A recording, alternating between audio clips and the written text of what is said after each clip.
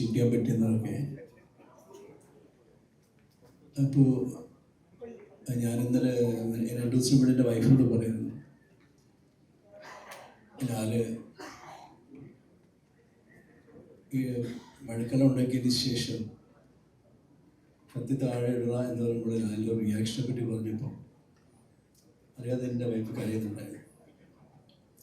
അതായിരിക്കും എനിക്ക് തോന്നുന്നത് സിനിമയിൽ കാണുമ്പോൾ ആൾക്കാരിലുണ്ട് കണ്ണീരുവരാത്ത ഒരു മനുഷ്യനും ഉണ്ടാവില്ല. ഈ ഷൂട്ടിങ്ങിൽ പറയുന്നു ഇത്രയും സുന്ദരമായിട്ടുള്ള മുറപ്പെണ്ണിനെ ഉപേക്ഷിച്ചിട്ട് ലാല് നടന്നു പോകുമ്പോൾ ഇപ്പോൾ പറഞ്ഞതാണ് എൻ്റെ ഹൃദയം പൊട്ടി.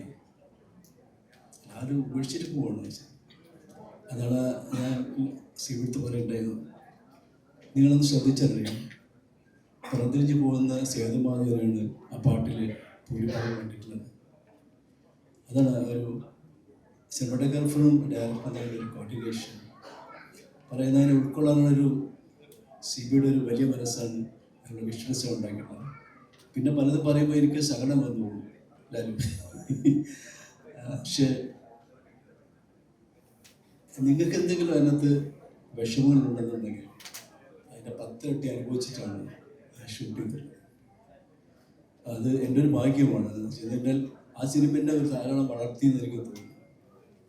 കിരീട ഷൂട്ട് ചെയ്തപ്പോൾ എനിക്കൊന്നും തോന്നിയിട്ടില്ല. പക്ഷേ ആൾക്കാർ കിരീടത്തിൻ്റെ ക്യാമറമാൻ വന്ന് പറയുമ്പോഴാണ് ഞാൻ ആലോചിക്കുന്നത്. അപ്പം ഞാൻ അത്രയും ചെയ്തതല്ല, അറിയാതെ തന്നെ ആ സിനിമയ്ക്ക് വേണ്ടി ഞാനങ്ങനെ ആയതാണോ എന്ന് എനിക്ക് സംശയമുണ്ട്. കണ്ണീർ പൂവിൻ്റെ ഞാൻ പറഞ്ഞു ആ പാട്ടിൻ്റെ കാര്യങ്ങൾ പറഞ്ഞുകൊണ്ടിരിക്കുന്നത്.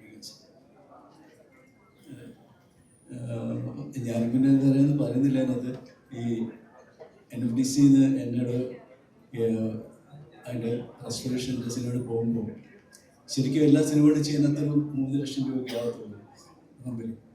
അപ്പോൾ പ്രസാദിനകത്തൊരു 2.5 കോടി മുടക്കിയിട്ട് അവിടെ 70 തിയേറ്ററിനകത്ത് വെച്ചിട്ടുണ്ട്.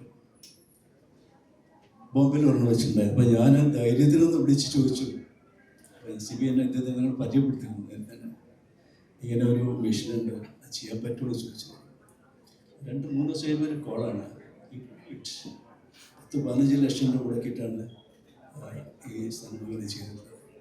അത് നമ്മൾ താങ്ക്സ് ടു NFDC. ഞങ്ങൾ കുറേ സംസാരിച്ചിരുന്നു. ഓഫീസിൽ ഞാൻ കുറേ നേരം സംസാരിച്ചിട്ടുണ്ട് അത് ചെയ്യാനായിട്ട്. ശരിക്കും അത് വളരെ ഒരു എക്സ്പീരിയൻസ് ആണ് പറയുന്നുണ്ടെങ്കിൽ. ഇരിക്കുന്നൊരു പോസിറ്റീവായിട്ടുള്ള സ്ഥലത്ത് 8Kയിലോട്ട് അത് സ്കാൻ ചെയ്തിട്ട് അതിൻ്റെ 4Kയിലോട്ട് നമ്മൾ കൊണ്ടുവന്നു.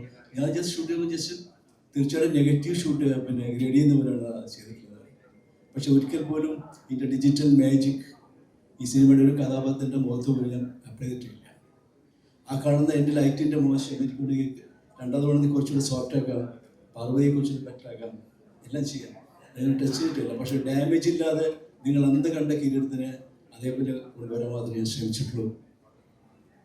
Thank you so much.